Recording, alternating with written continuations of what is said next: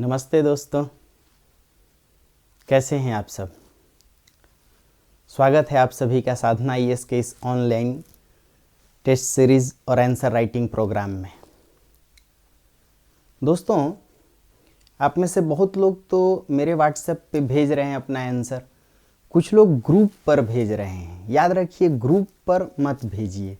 जानबूझ करके ग्रुप आपकी ओर से आने वाले मैसेजेस के लिए अभी प्रतिबंधित रखा गया है, क्योंकि उसमें उत्सुकतावश उत्साहवश बहुत से लोग होली दिवाली के मैसेज भेजते हैं, चुटकुले भेजने लगते हैं, तो इससे बेमतलब समय ज़ाया होता है। हालांकि आपका स्वागत है उसमें, आप आंसर जो लिखते हैं उसको चेक करके, यहाँ तक कि उस पर जो शोधित फॉर्मूला है या जो अच्छा प्रारूप हो सकता है, सटीक उत्तर प्रारूप, वो उसी ग्रुप पर भेजा जाता है। दोस्तों, जैसा कि 28 तारीख के लिए आपको 2 प्रश्न दिए गए थे और दोनों का जुड़ाव भारतेंदु हरिश्चंद्र से था। भारतेंदु हरिश्चंद्र के 2 नाटकों से प्रश्न था। एक भारत दुर्दशा से और दूसरा अंधेर नगरी से।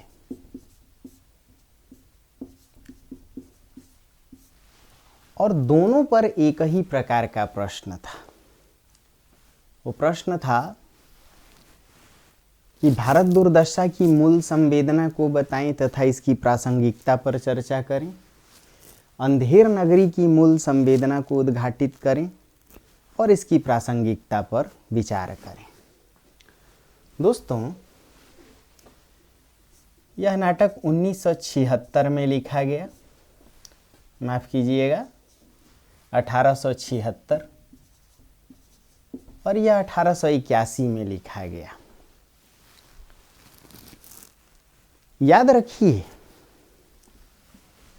कि जो लोग ये सोचते हैं कि भाई मुझे बीपीएससी देना है तो फिर मैं भारत दुर्दशा क्यों पढूं, और जो लोग ये सोचते हैं कि मुझे आईएएस या यूपी की परीक्षा देनी है तो फिर मैं बीपीएससी का सिलेबस क्यों पढूं, कई बार जब प्रश्न घुमा देता है कि भारतेंदु की नाट्य दृष्टि पर चर्चा करें, तो उनकी नाट्य दृष्टि क्या सिर्फ एक ही नाटक के आधार पर लिखेंगे, क्या सिर्फ इस पर लिखेंगे या सिर्फ इस पर? ना जी ना, दोनों को जेहन में रख करके, या इनके और भी जो नाटक हैं, विशस्य विषमौषधम, पाखंड विडंबनम, सत्य हरिश्चंद्र, विद्या सुंदर, नील देवी, वैदिकी हिंसा हिंसा न भवती, विशस्य विषमौषधम, इन सभी नाटकों में जो इनकी नाटकीय चेतना है उसे ध्यान में रख करके आपको उत्तर लिखना पड़ेगा। याद रखिए, भारतेंदु के किसी भी नाटक का उत्तर कर रहे हों आप, कुछ खास बातें हैं दोस्तों, बिना उनका निर्वाह किए, बिना उनको लिखे, भारतेंदु के नाटकों पर पूछे गए प्रश्न का उत्तर कभी भी कंप्लीट नहीं हो सकता। क्या? एक तो आपको यह बताने की आवश्यकता पड़ेगी कि भारतेंदु के नाटकों की जो केंद्रीय चेतना है वह नवजागरण परक चेतना है, ये आपको बताना ही पड़ेगा, क्योंकि भारतेंदु की नाट्य दृष्टि राष्ट्रीय जागरण, सांस्कृतिक उत्थान, सामाजिक उत्थान से जुड़ी हुई है। उन्होंने जो नाटक लिखे तो उनके नाटकों का उद्देश्य ही था सामाजिक एकता और राष्ट्रीय जागरण, यानी राष्ट्र की उन्नति, राष्ट्र को पराधीनता से मुक्ति दिलाने की कोशिश, और यह तभी संभव होता जब सामाजिक एकता विकसित होती। तो जाहिर सी बात है कि आपको नवजागरण परक चेतना की चर्चा करने की आवश्यकता हर हाल में अनिवार्य आवश्यकता पड़ेगी। दूसरी बात, कि जब भारतेंदु के नाटकों पर प्रश्न लिख रहे हैं तो उनके सभी नाटकों में सामाजिक रूढ़ियों पर प्रहार है। जब तीसरी बात की चर्चा करें तो जरूर दर्शाएं कि भारतेंदु के नाटकों में एक तरफ अंग्रेजी शोषण पर प्रहार है तो दूसरी तरफ अपनी कमियों के प्रति आत्ममूल्यांकन भी है। बोर्ड दिखाई पड़ रहा है दोस्तों स्पष्ट रूप में। और यदि भारतेंदु के नाटक आप लिख ही रहे हैं तो याद रखिए उत्तर तब तक अधूरा होगा जब तक कि भारतेंदु के नाटकों में अंतर विरोध को न दर्शाएं आप। और इतना ही नहीं, उनके नाटकों में लोक चेतना, भाषा के स्तर पर समन्वय चेतना, इसे भी दर्शाने की आवश्यकता पड़ेगी। साथ ही उनके नाटकों को जब लिखें तो उनके नाटकों में बुद्धिजीवियों पर प्रहार, व्यंग, क्योंकि भारतेंदु के नाटक को लिखते समय यदि आपने हास्य व्यंग जैसे मुद्दे की चर्चा नहीं की तो याद रखिए भारतेंदु के नाटक प्रहसन मूलक हैं। और प्रहसन हसन शब्द से बना है, हसनी, विहसनी, मुस्कानी, अति हसनी, उपहसनी। तो हास्य व्यंग के माध्यम से इनके नाटक प्रहसन मूलक हैं। उस प्रहसन में कहीं न कहीं बुद्धिजीवियों पर भी प्रहार है, कहीं न कहीं हमारी कुछ परंपराओं पर भी प्रहार है, जैसे जाति, वर्ण, यानी हमारी जो सामाजिक रूढ़ियां हैं, हमारी जो कमियां हैं। दोस्तों इतना ही नहीं, भारतेंदु के जब नाटक लिख रहे हैं आप तो उनके नाटकों में बहुत संक्षेप में रंग दृष्टि की भी चर्चा करें। बेशक रंग दृष्टि पर प्रश्न ना हो तो भी। क्यों? क्योंकि भारतेंदु ने जो नाटक लिखे उन नाटकों को उन्होंने रंगमंच से ही जोड़ा और यह माना कि नाटक रंगमंच से जुड़कर ही अपने राष्ट्रीय सामाजिक उद्देश्य की पूर्ति कर सकता है।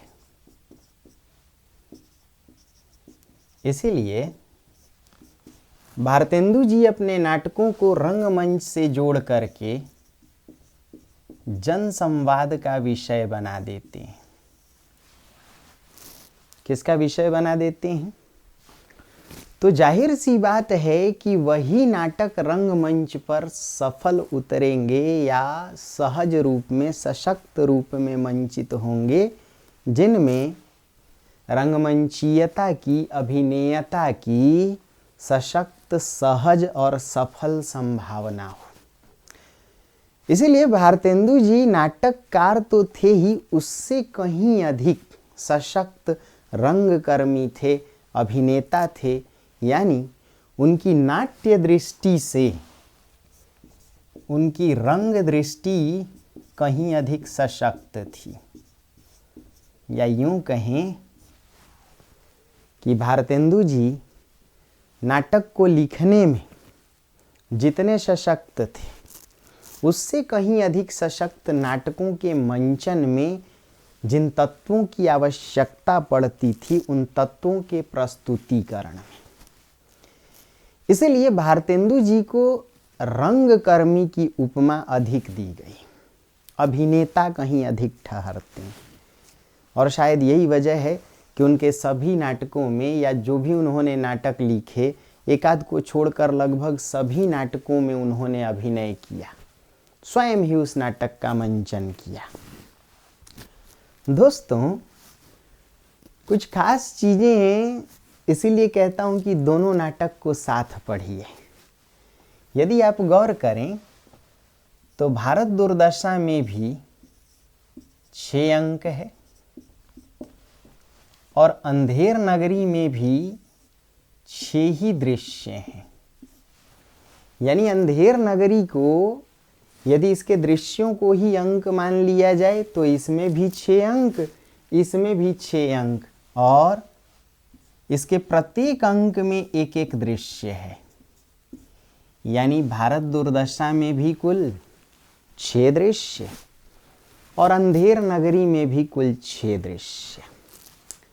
दोस्तों, दोनों नाटकों में गद्य और पद्य के संवाद हैं, यानी शैली भी अंतर्विरोध मूलक है। गद्य के संवाद खड़ी बोली में हैं तो पद्य के संवाद ब्रजभाषा में है।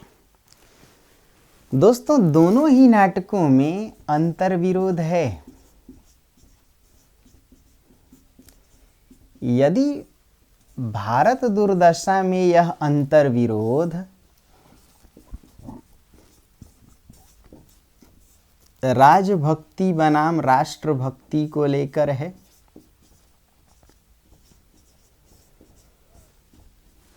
आप देख सकते हैं कि पहले ही अंक में योगी आता है जो लावनी गाता है, और लावनी गाते समय वह विलाप करता है छाती पीट पीट करके, रोवहूं सब मिलके आवहूं भारत भाई, हा हा भारत दुर्दशा न देखी जाई।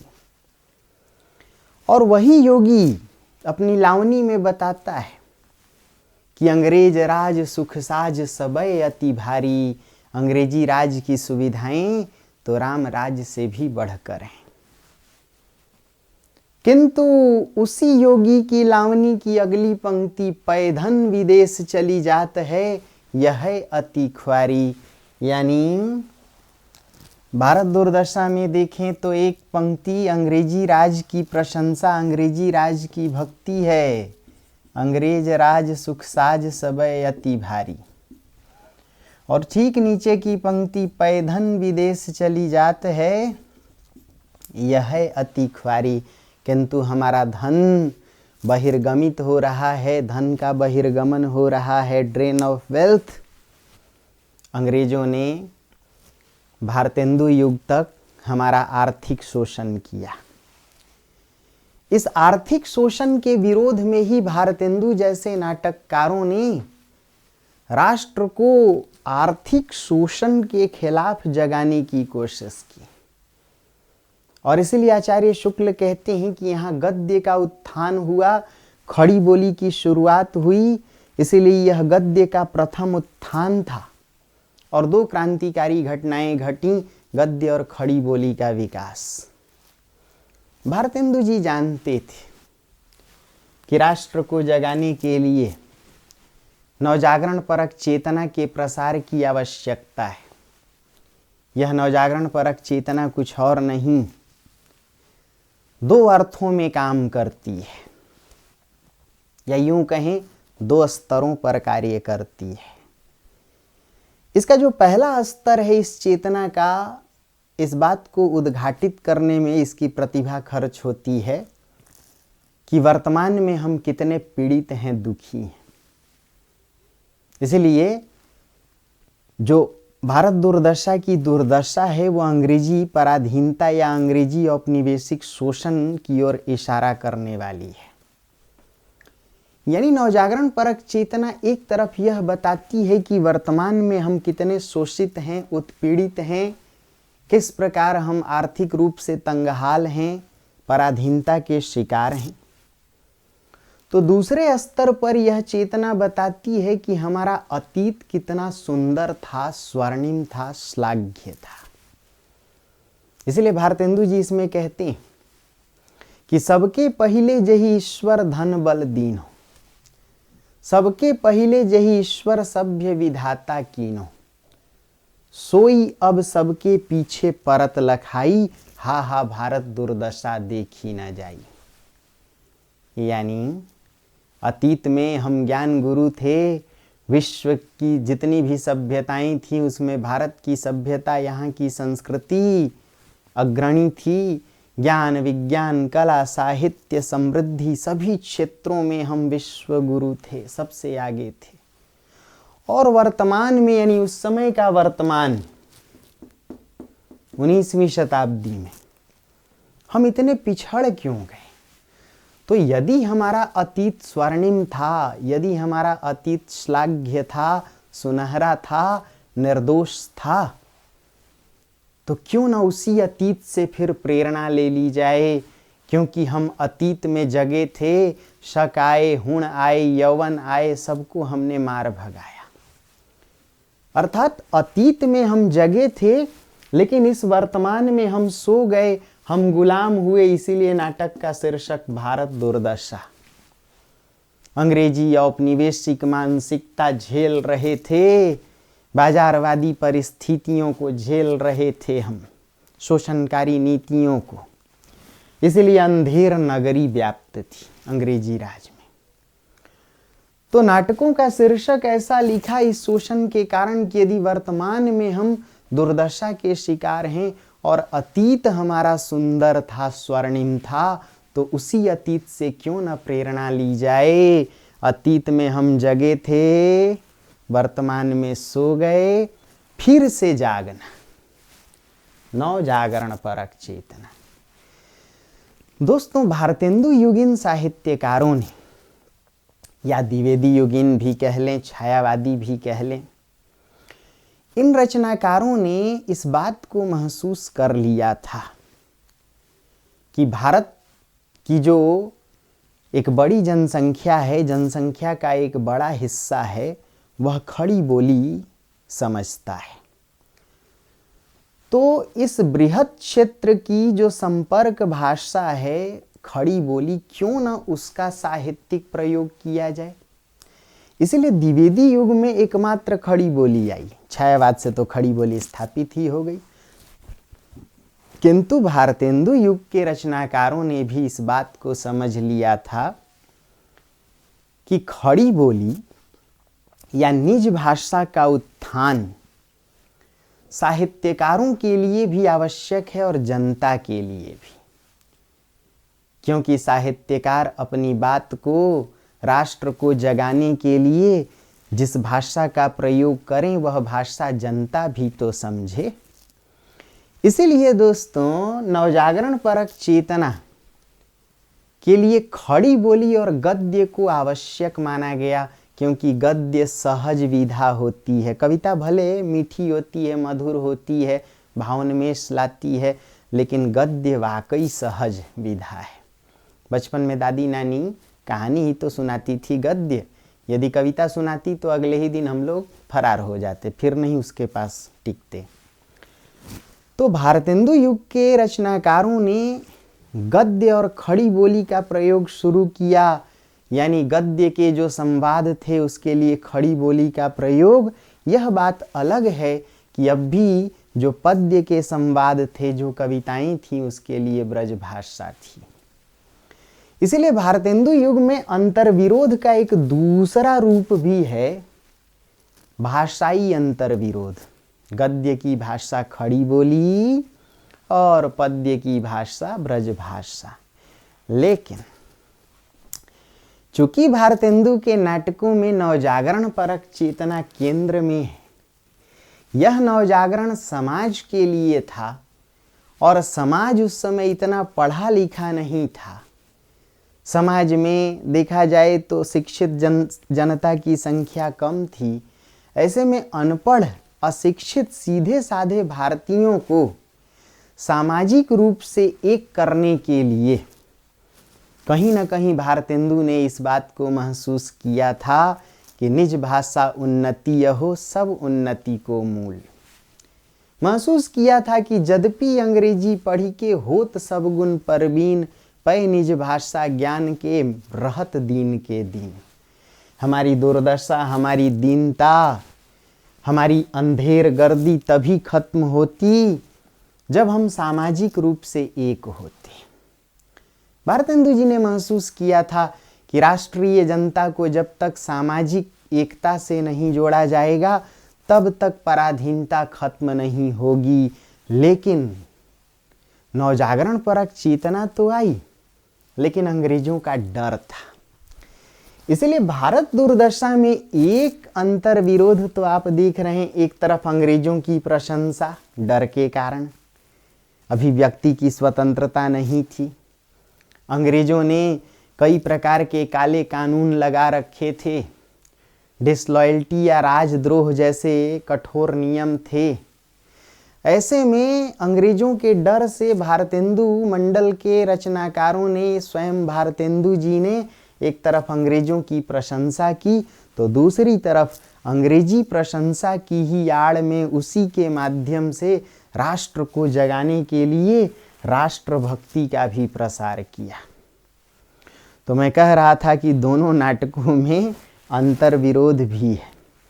भारत दुर्दशा में तो अंतर विरोध राजभक्ति, राष्ट्रभक्ति का है, लेकिन वही अंतर विरोध आप अंधेर नगरी में भी देखते हैं।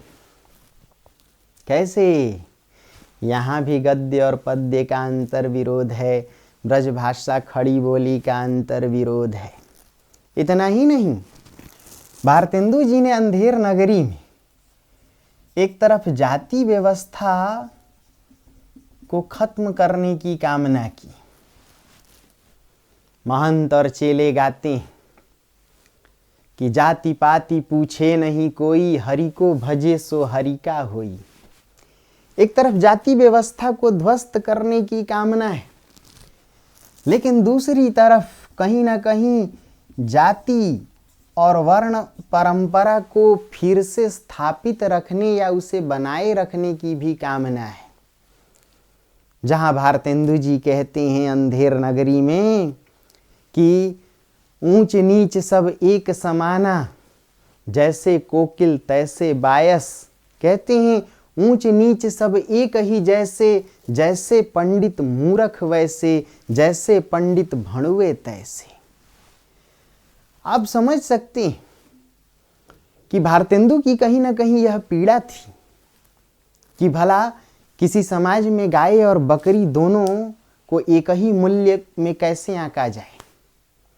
कहीं ना कहीं उनकी पीड़ा थी कि बायस यानी कौआ और कोकिल कोयल, कोयल और बायस को एक ही नजरिए से कैसे तौला जाए। भारतेंदु की यह पीड़ा थी कि कहाँ पंडित, कहाँ विद्वान और कहाँ भणवे, कहाँ मूर्ख। क्या दोनों को एक ही तराजू पे तौलेंगे? तब भारतेंदु इस पीड़ा को व्यक्त करने के लिए अंधेर नगरी लिखती है। यदि राष्ट्रीय पराधीनता के टीस को, इस पीड़ा को व्यक्त करने के लिए भारत दुर्दशा लिखा उन्होंने, तो अंग्रेजी शोषण से उत्पन्न जो अंधेर गर्दी थी उसको व्यक्त करने के लिए उन्होंने अंधेर नगरी नाटक लिखा। हालांकि यह नाटक किसी सामंत पर व्यंग था। बनारस के एक घाट पर एक ही रात में लिखा और मंचित किया गया यह नाटक अंधेर नगरी यूं तो किसी शासक सामंत पर व्यंग था, लेकिन इसका सीधा इशारा अंग्रेजी औपनिवेशिक शोषण की ओर था। और तब भारतेंदु यह इशारा करते हैं कि सेत सेत सब एक से, जैसे कपूर कपास, ऐसे देश कुदेश में कबहू न कीजे बास। भला हर चीज जो श्वेत हो, क्या उसका एक ही मूल्य हो? क्या कपूर और कपास एक ही मूल्य से बेचा जाना चाहिए? जिस समाज में मूल्य परखता नहीं होगी वह समाज अंधेर गर्दी, अंधेर नगरी से भरा समाज होगा। जिस समाज का शासक न्याय अन्याय का फर्क न करता हो।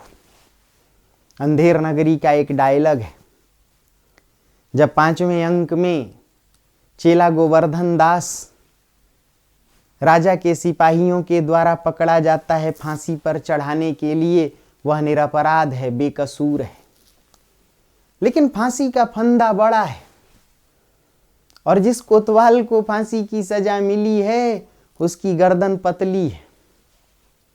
ऐसे में गोवर्धन दास को मोटा ताजा देखकर सिपाही प्यादे पकड़ ले जाते हैं। पूछता है गोवर्धन दास, मेरा कसूर क्या है? कहते हैं प्यादे कि राजा करे सो न्याव है, बाकी करे सो दाव।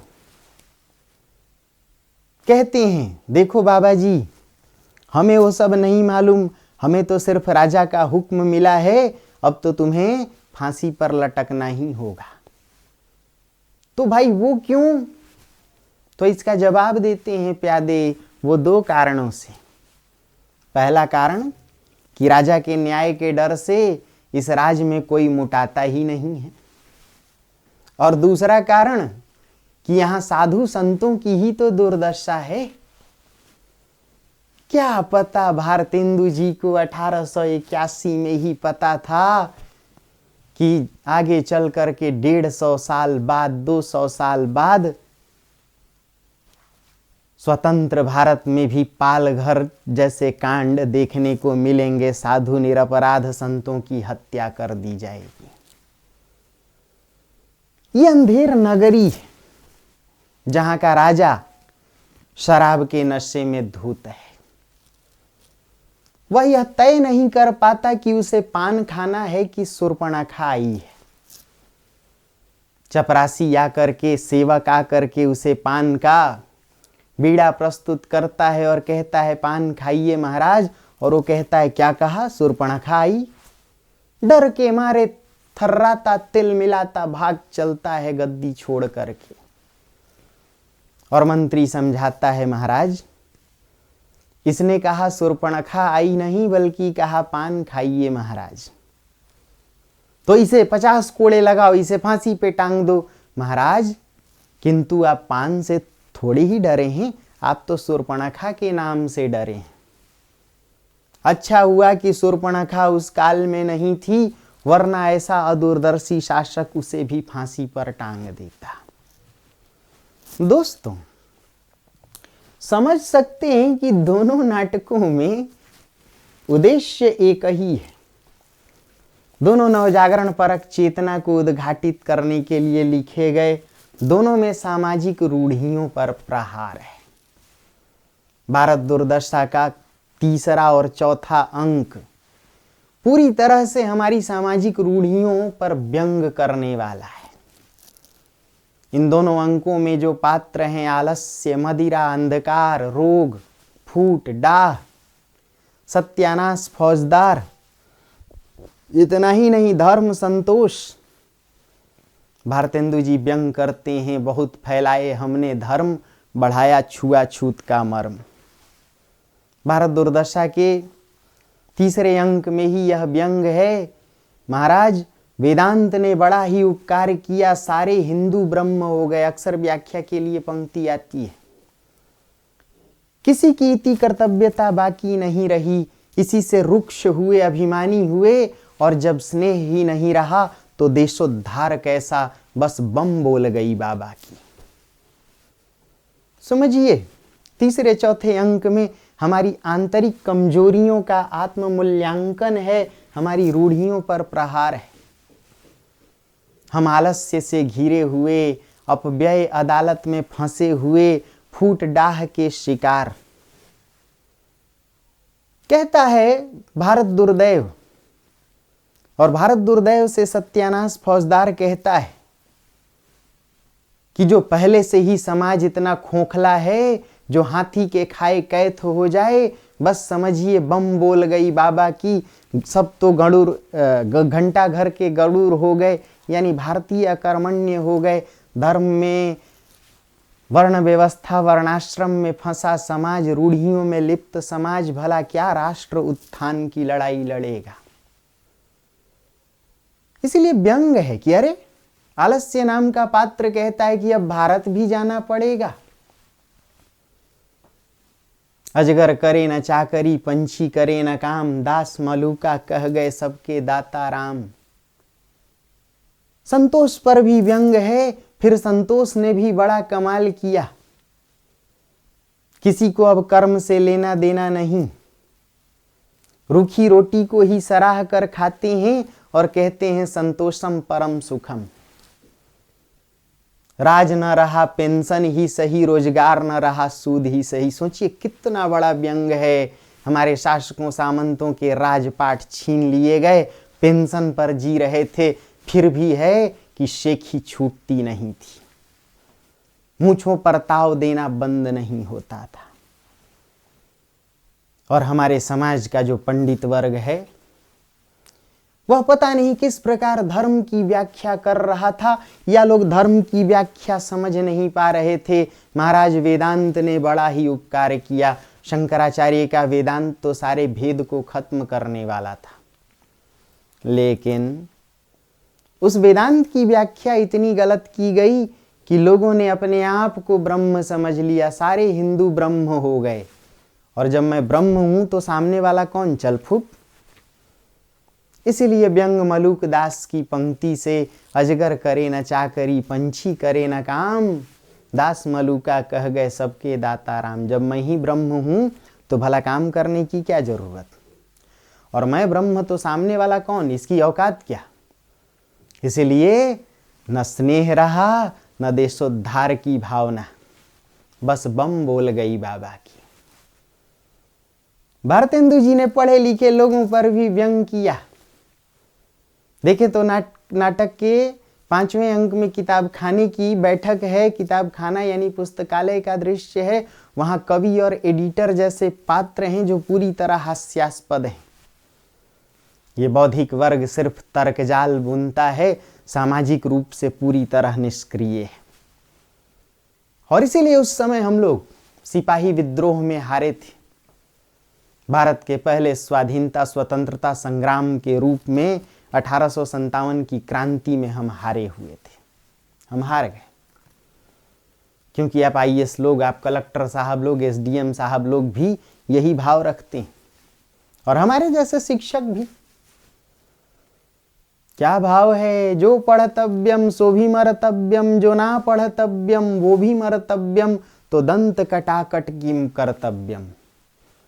पढ़ने वाला भी मरेगा कलेक्टर बन के, ना पढ़ेगा वो भी मरेगा, तो दांत किटकिटाने की क्या आवश्यकता?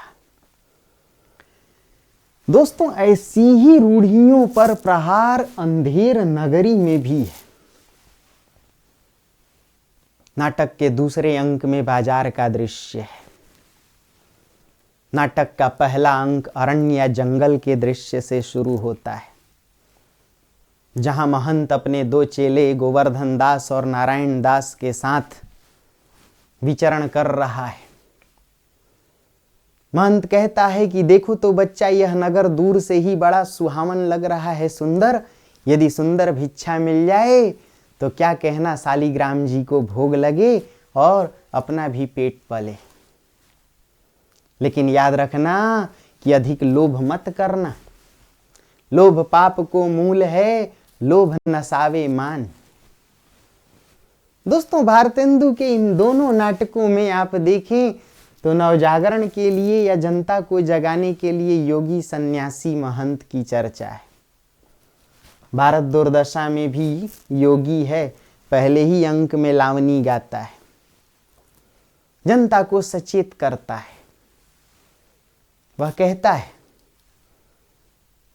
है कि सबके ऊपर टिकस लगाई। ये अंग्रेजी सत्ता टैक्स लगाने के बाद भी जिनके लिए धन ही सभी प्रकार से मान है, इन्होंने भारत की दुर्दशा कर रखी है। हे जनता, रोवहूं सब मिलके आवहूं भारत भाई।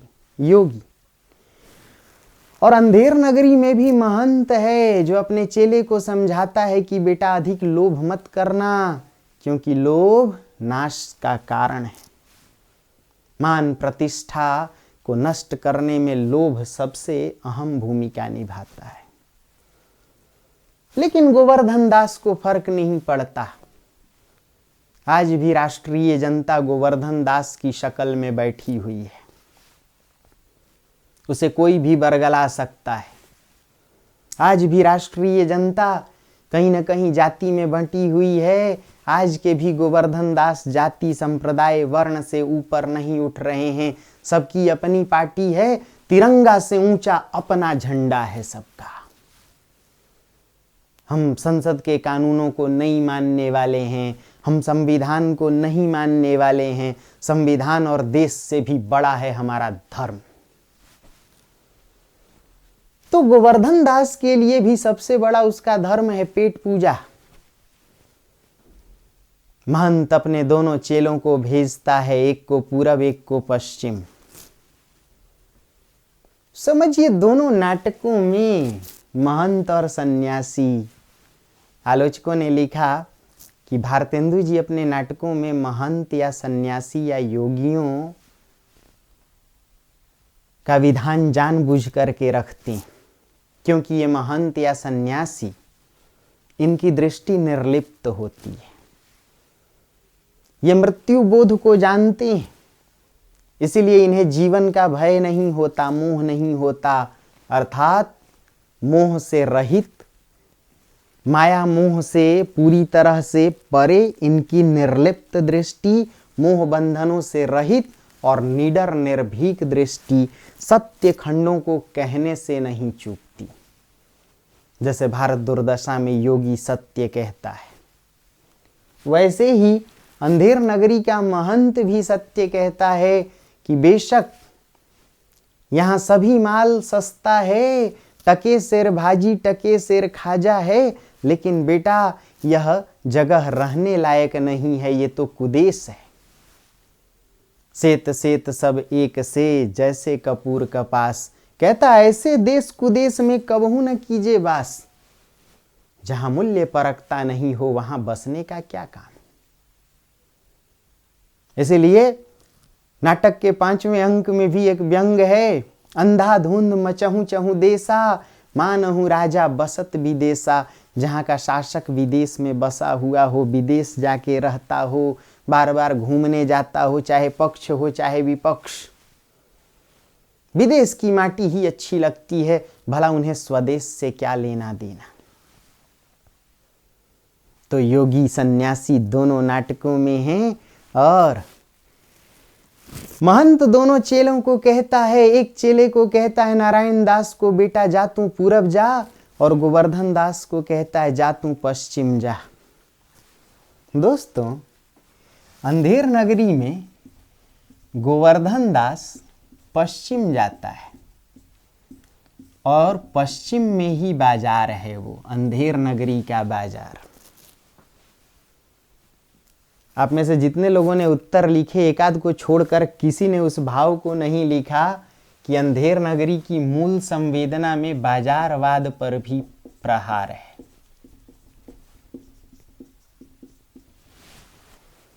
पश्चिम की ओर बाजार है, जाता है गोवर्धन दास पश्चिम। और अंग्रेज कहां से आए थे? पश्चिम से। यानी अंग्रेजी संस्कृति अपने साथ उद्योगवाद लेकर के आई, औद्योगिक क्रांति। औद्योगिक क्रांति के साथ महानगरीकरण, औद्योगिक क्रांति, यंत्रवाद, महानगरीकरण, पूंजीवाद, इन चारों ने मिलाकर जन्म दिया उपभोक्तावाद को। उपभोक्तावाद ने जन्म दिया मैक्सिमम प्रॉफिट को। इस मैक्सिमम प्रॉफिट से ही बाजारवाद जन्मा। ये बाजारवाद मूल्य परक नहीं है, इसमें मूल्यहीनता है। यह बाजारवाद हर एक माल 99 में बेचने को तैयार है। आप देखे होंगे आजकल दिल्ली मुंबई अगर आप घूमे हैं, घूम ही रहे हैं, आप में से ज़्यादातर लोग दिल्ली ही रह के पढ़ते हैं, पटना रहते हैं, तो जो ऊंची ऊंची अटालिकाएं खड़ी हैं, जो मॉल कल्चर है, उसमें कई दुकानें हैं, लिखा हुआ है 99। खाने के व्यंजनों पर भी लिखा हुआ है ये थाली, ये थाली, सब इतने की। सभी दुकानों पर लिखा हुआ है एक के साथ 3 फ्री, बाई 1 गेट 3 फ्री। जैसे उनके डैश डैश का माल है। अरे कहते हो ना अपने ठेठ में, जैसे बाप का माल। हाँ, ये क्या है? प्रलोभन भरे बोल है। ये बाजारवाद प्रलोभन भरे बोल का सहारा लेकर झांसा देता है, जनता को ठगता है। इसीलिए पश्चिम में ही बाजार है, अंधेर नगरी का बाजार, जिस बाजार में प्रलोभन भरे बोल। कबाब वाला प्रलोभन भरे बोल बोलता है, 72 आंच पर पका 84 मसाला मिला, जो खाए सो पछताए, जो ना खाए वो भी पछताए। जो खाए वो ओठ चाटे, जो ना खाए वो जीभ काटे। ऐसे ही सब्जी वाली कुजड़ीन है, कहती है ले लो मेरी तरह तीखी मिर्ची ले लो। आज आप समझिए, बड़ी बड़ी दुकानों पर, औद्योगिक प्रतिष्ठानों में, घरानों में सुंदर महिलाओं को, बच्चियों को, 16, 17, 18 साल की बच्चियों को देखा जाए तो जो भी इंडस्ट्रियल एक्सपो लगाए जाते हैं, वहां उन बच्चियों को अर्धनग्न दशा में छोड़ दिया गया है। छोटे छोटे कपड़े पहन करके वो घूम रही हैं। क्यों? ये प्रलोभन है, झांसा देना।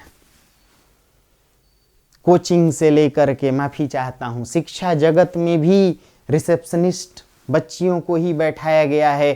क्योंकि लड़के अगर आपसे पैसे मांगे तो आप यूपी बिहार वाले बहुत बहाने जानते हैं। गुरुजी, पिताजी खेती किए थे, बाढ़ आई और सारी खेती बह गई। गुरुजी भी जानते हैं कि मेरे को कुछ बना रहा है ये, लेकिन उन बच्चियों को पैसे देने में आप कोताही नहीं करते। यही बाजारवाद है। आपकी जेब के सारे पैसे को उगाहने का नाम मैक्सिमम प्रॉफिट। ये बाजारवाद नारी के लिए भी शोषणकारी है, प्रकृति के लिए भी शोषणकारी है, संपूर्ण मानवता के लिए।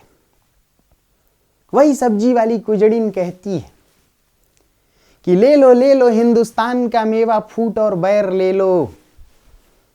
देखिए, अंधेर नगरी में भी सामाजिक रूढ़ियों पर जमकर प्रहार है। हमारी सबसे बड़ी कमजोरी थी कि हम आपसी फूट के शिकार थे। अंग्रेजों ने इसी फूट और बैर जैसे मेवे को अपना बनाया। इसे ही अपना मूल मंत्र बना करके हम टूटे फूटे भारतीयों को पूरी तरह से चूसा। भारतेंदु जी लिखते हैं, भीतर भीतर सब रस चूसे, हंस हंस के तन मन धन मुँह से, जाहिर बातन में अति तेज, ए सखी साजन ना सखी अंग्रेज। जैसे अमीर खुसरो मुकरी लिखते थे, भारतेंदु भी नए जमाने की मुकरी लिखते थे। दोस्तों, अंधेर नगरी में बाजार के दृश्य में देखिए पैरोडियों का कमाल। चना वाला भी है और चूरन वाला, पाचक वाला भी। जरा इनके बोल देखिए, मेरा चूरन साहब लोग जो खाता, सारा हिंद हजम कर जाता। मेरा चना हाकिम लोग जो खाता, सब पर दूना टिकस लगाता। चना जो पुलिस वाले खाते, सारा कानून हजम कर जाते। सब कुछ हजम कर लिया गया था, न्याय व्यवस्था ठप थी। प्रशासनिक अदूरदर्शिता व्याप्त थी। नौकरशाही व्यवस्था में भ्रष्टाचार व्याप्त था। शासक अदूरदर्शी था। जैसे आज हम जाति के नाम पर, क्षेत्र के नाम पर अपने लिए शासक चुन लाते हैं, और वो शासक छोटे छोटे शब्द भी नहीं बोल पाते। ना उन्हें असहिष्णुता बोलने आता है, ना इंटॉलरेंस। तो शासक अदूरदर्शी है, अयोग्य है। और जो नौकरशाह है, नौकरशाही व्यवस्था मक्कार है, धूर्त है, चालाक है।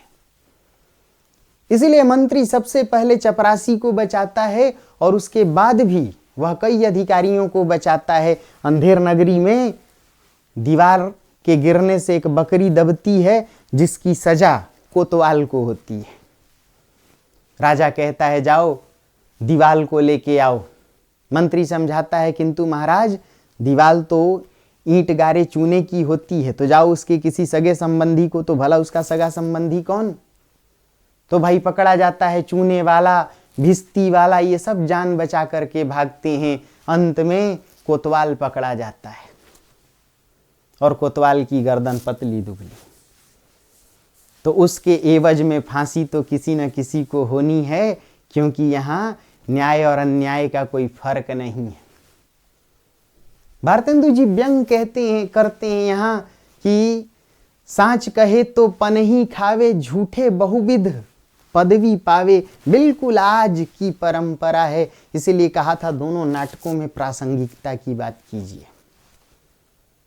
बहुत पहले कबीर घिघिया रहे थे, साधो देखो जग बौराना, सांच कहे तो मारन धावे, झूठे जगपतियाना। भारतेंदु भी कुछ इसी प्रकार रो रहे थे, बिफर पड़े थे।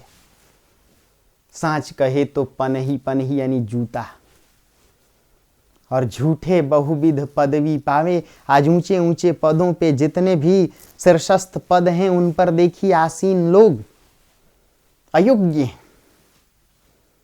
आप लोग जो दिन रात संघर्ष कर रहे हैं, मेहनत कर रहे हैं, ऐसे लोगों को बैठा के दिन भर में 10 बार पढ़ाएं और फिर 11वीं बार ये कह के पढ़ाएं, आओ एक नए तरीके से तुम्हें बताऊं, आओ सिखाएं तुम्हें अंडे का फंडा। ये नहीं मामूली।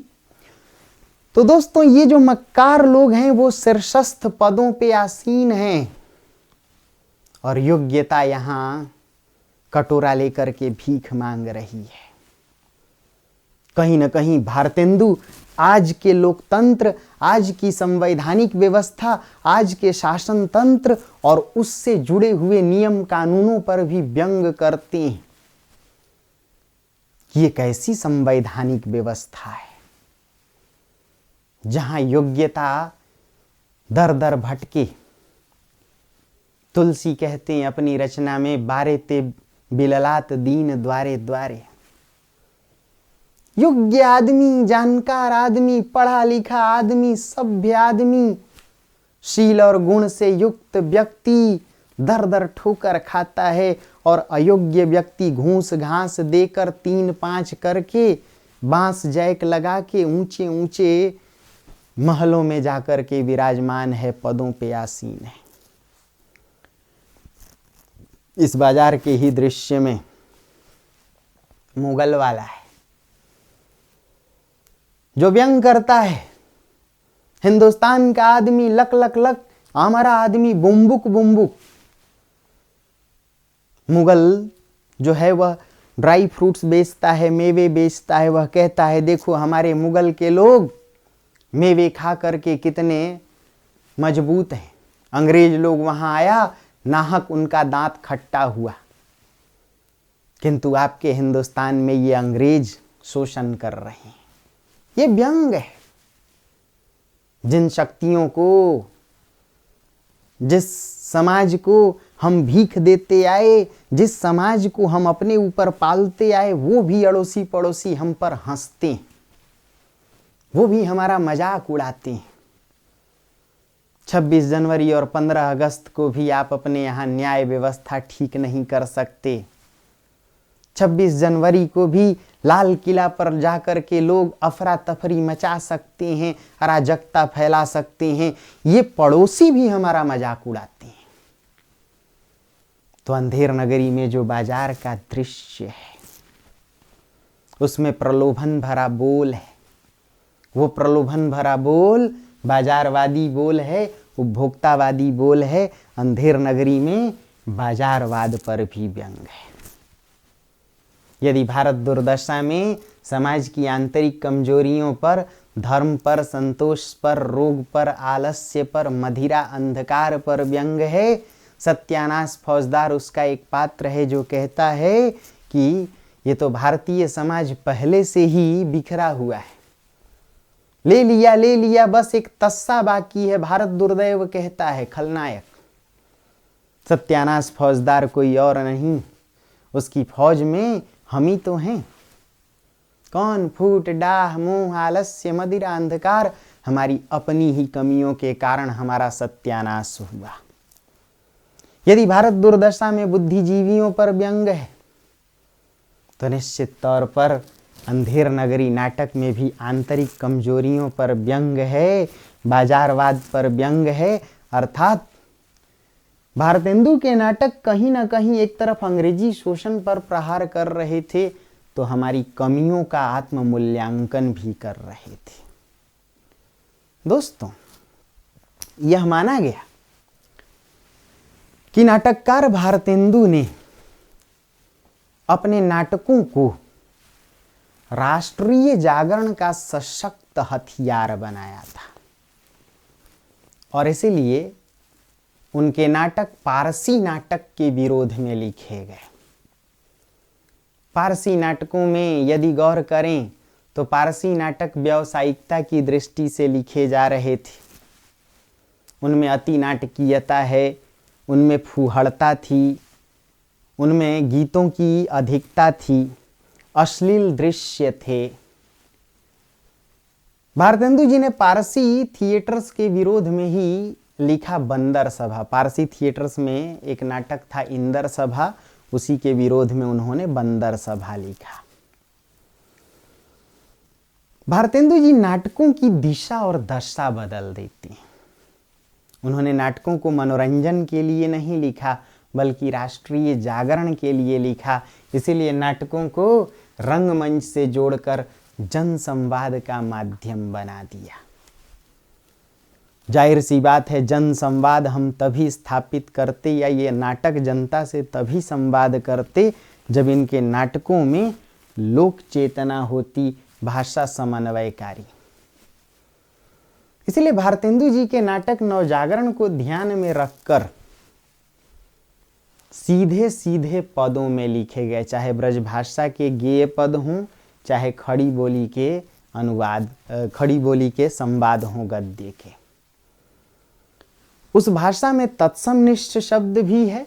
जैसे भारत दुर्दशा को देखें तो सुच्यग्रम नैव दास्यामि बिना युद्धेन केशव, नाटक के दूसरे ही अंक में कहता है, नायक भारत अपने आप से बात करता है कि हाय यह वही वीर भूमि है जहाँ कभी साक्षात महाराज श्री कृष्णचंद्र के दूतत्व करने पर भी वीरोत्तम दुर्योधन ने कहा था कि सुई की नोक बराबर भूमि भी नहीं दूंगा। और आज यह वही भूमि है जो श्मशान हो रही है। भारत दुर्दशा के दूसरे अंक में श्मशान है और अंधेर नगरी के छठे अंक में श्मशान है। भारत दुर्दशा के दूसरे अंक में श्मशान में कुत्ता कौआ सियारों से घिरा भारत है जो फटेहाल है, मंदिर टूटे फूटे, हड्डियां बिखरी हुई। भारत के सिर पर जीर्ण शीर्ण ताज है, फटेहाल दशा में चिथड़े लपेटे हैं। कुत्ता कौआ सियार उसे घेरे हुए हैं कि ये अब मरा कि तब मरा, जैसे मरे तो इसे नोच खाएं। और अंधेर नगरी के छठे अंक में भी श्मशान है जहां मानवता फांसी पे लटकने वाली है, जहां सज्जनता, जहां साधुता, जहां इंसानियत फांसी के तख्ते पर झूलने वाली है। भारत दुर्दशा के दूसरे अंक में व्यंग है जहां भारत, नायक भारत दुर्दैव की कर्कश ध्वनि को सुनकर के मूर्छित होता है और उसे आशा और निर्लजता बचाने आती है। आशा और निर्लजता, याद रखिए, कमजोर समाज की संगिनियां है। जो समाज स्वनिर्भर नहीं होगा, जो परनिर्भर होगा, जो हाथ पसारू होगा, वह आशा और निर्लजता के सहारे गिड़गिड़ा कर जीवन जिएगा। इसलिए भारत दुर्दशा में भारत कहता है, कोऊ नहीं पकड़त मेरो हाथ, 20 करोड़ सुत और कोई हाथ नहीं पकड़ने वाला। आज 1 करोड़ 35 करोड़, लेकिन सब हाथ पांव खींचने वाले। हम संवैधानिक पदों की गरिमा भी नहीं समझते। इसलिए आशा और निर्लजता के सहारे भारत को जीना पड़ता है। भारत कहता है, हाय परमेश्वरी 7 समुंदर पार, परमेश्वर बैकुंठ में और राज राजेश्वरी 7 समुंदर पार, अब मेरी कौन रक्षा करेगा। इसलिए वह भाग्यवाद के सहारे जीता है। भारत भाग्य ही उसका साथी है और भाग्यवाद के साथ जीने वाला व्यक्ति हमेशा परमुखापेक्षी, दूसरे के आगे हाथ पसारने वाला, दूसरे का मुंह ताकने वाला होता है। और यही दशा अंधेर नगरी नाटक में भी है। सत्ता है लेकिन उसे जनता से कोई लेना देना नहीं।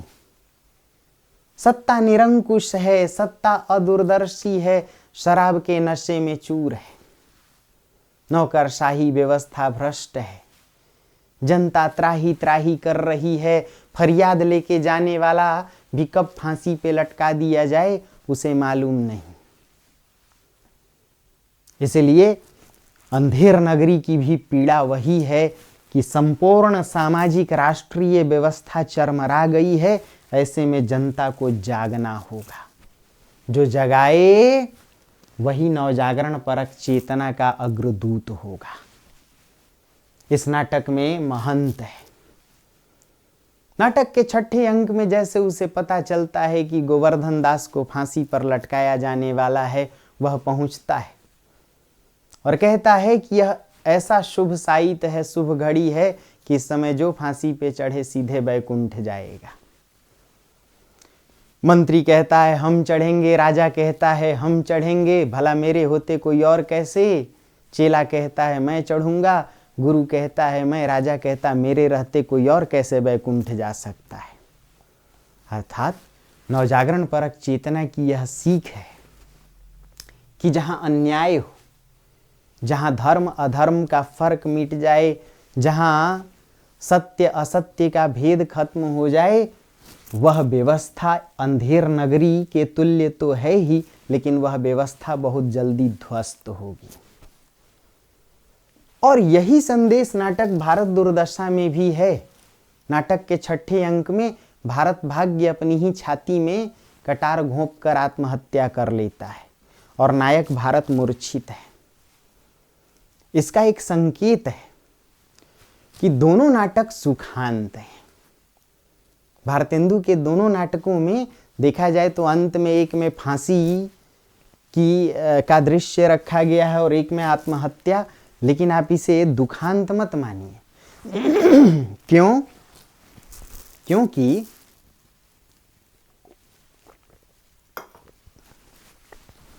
क्योंकि भारत भाग्य में नायक भारत मूर्छित है। अब उसका पीछा भारत भाग्य से छूट चुका है और अब भाग्य से पीछा छुड़ाने के कारण वह कर्म के सहारे आगे बढ़ेगा, और जब कर्म के सहारे आगे बढ़ेगा तो राष्ट्रीय उत्थान होगा। और अंधेर नगरी किसके कारण है? चौपट राजा के कारण। और वह चौपट राजा खुद फांसी पर लटक चुका है। अर्थात इस नाटक में भी अब सामाजिक उत्थान होगा। जब सामाजिक उत्थान होगा तो राष्ट्र अपने आप जगेगा।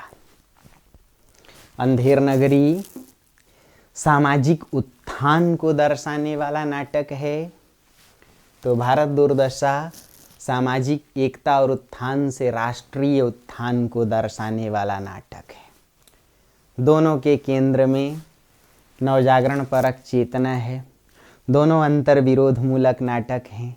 दोनों में सामाजिक रूढ़ियों पर व्यंग किया गया है। दोनों अंग्रेजी शोषण पर प्रहार करने वाले नाटक हैं। अंधेर नगरी में बाजारवाद जो अंग्रेजी शोषण का ही हथियार है उस पर व्यंग किया गया है, तो भारत दुर्दशा में औपनिवेशिक मानसिकता पर या धन के बहिर्गमन पर, आर्थिक शोषण पर व्यंग किया गया है। दोनों नाटकों में लोक चेतना है, समन्वयकारी भाषा है। दोनों नाटक आज भी प्रासंगिक है। आज भी हम आपसी फूट के शिकार हैं। आज भी राजनैतिक षड्यंत्रों के शिकार हैं। आज भी कहीं न कहीं मूल्यपरकता का अभाव है। आज भी जनता कहीं न कहीं जाति धर्म और वर्ण में बंटी हुई है। आज भी अयोग्य लोग शीर्षस्थ पदों पर आसीन हैं। आज भी योग्यता बेचारी गिड़गिड़ा रही है। आपने वाकई बहुत अच्छा लिखा है, लेकिन एक बार हम चाहते हैं फिर से लिखिए इन दोनों को। इसको बोल बोल करके हम लिखाएंगे भी, क्योंकि इसमें कई पार्ट हैं जो आपको लिखना पड़ेगा। जैसे नवजागरण परक चेतना, जैसे बाजारवाद, इस पर एक एक दो दो लाइन यदि आप परिभाषा के तौर पर भी लिखते हैं तो अंक बढ़ जाएंगे। जैसे अंतर्विरोध पर आपके लिए लिखना बहुत ज़रूरी है। जैसे लिखें कि किस प्रकार भारतेंदु कहीं ना कहीं मध्ययुगीन प्रवृत्तियों को भी उठाते हैं, आधुनिक को भी। जैसे भारत दुर्दशा में आप देखेंगे तो अवतारवाद की भी अवधारणा है, जय सतयुग थापन करन नासन मलेच्छाचार, और दूसरी तरफ राष्ट्र को जगाने की भी प्रेरणा है। तो अंतर्विरोध कई स्तरों पर भी, भाषा, इसे भी लिखें। क्यों नवजागरण परक चेतना आई, लिखें। क्यों गद्य और खड़ी बोली की शुरुआत थी, इसे भी लिखें। तो देखिए कैसे अंक बढ़ता है। अरे हाँ या ना दोस्तों,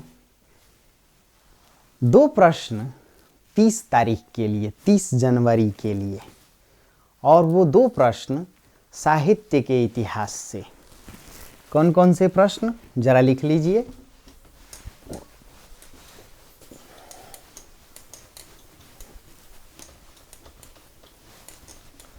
साहित्य के इतिहास में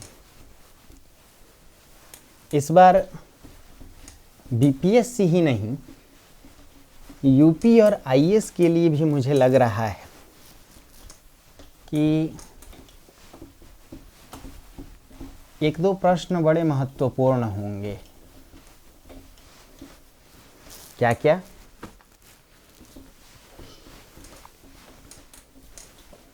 जरा लिख लीजिए। साहित्य के इतिहास से शुरुआत करते हैं। पहला जो इसमें प्रश्न आएगा दोस्तों,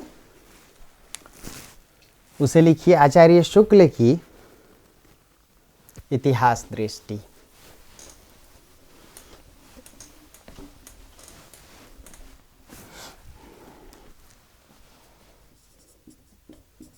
आचार्य शुक्ल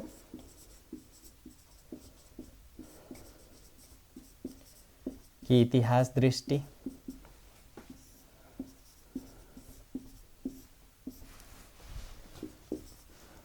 और दूसरा प्रश्न, आदिकाल का स्वर